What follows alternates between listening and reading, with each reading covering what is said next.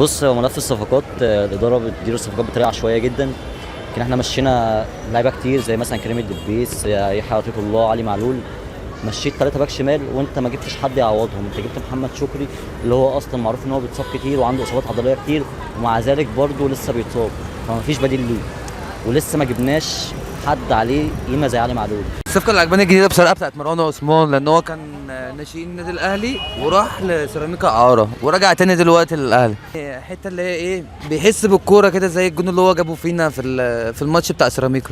ممكن يبقى احسن من محمد شريف، بس جراديشار لا بصراحه، لان جراديشار في حاجات كده فيه مش في مروان عثمان. احنا مشينا محمد عبد المنعم، جبنا مكانه كذا لعيب، جبنا احمد رمضان بيكهام، جبنا مصطفى العش، جبنا ياسين مرعي، وجبنا مدافع جديد عمرو الجزار. فانت عوضت محمد عبد المنعم ب4 مدافعين، والاربعه مع احترامي ليهم لا يصلحوا، باستثناء عمرو الجزار ممكن يكون لعيب كويس، بس احنا لسه هنشوف هيصلح النادي الاهلي ولا لا.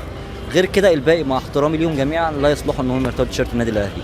ناحيه اليمين عندنا محمد هاني، احنا جبنا مكانه لعيب عوض اللي هو احمد عيد. فانا مش متخيله الصراحه ان احمد عيد هو هيجي يقلق محمد هاني، يقلق مكان محمد هاني. محمد هاني هو كده كده شئنا ام ابينا، هو يعتبر من افضل المساكين اللي موجودين حاليا.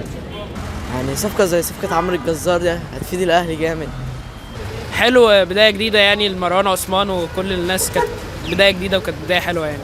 ما اعتقدش كده بصراحه، لان علي معلول ما فيش باك لحد دلوقتي جه يسدوا مكانه. حتى محمد هاني او اكرم توفيق مش صادين على الباكات بتاعتهم. ممكن مش بعيد، بس تركز وانت بتنقي، يعني ما تنقيش مثلا ناس او موجوده وانت مش متاكد منهم. يعني روح شوفهم الاول، ادرسهم، شوف التكتيكات بتاعتهم، تحركاتهم عامله ازاي. زي علي معلول كده لما جبناه درسناه ان هو بيطلع يهاجم ويرجع يدافع. لا الصراحة رحيل علي معلول الساحة هيتعوض طول العمر.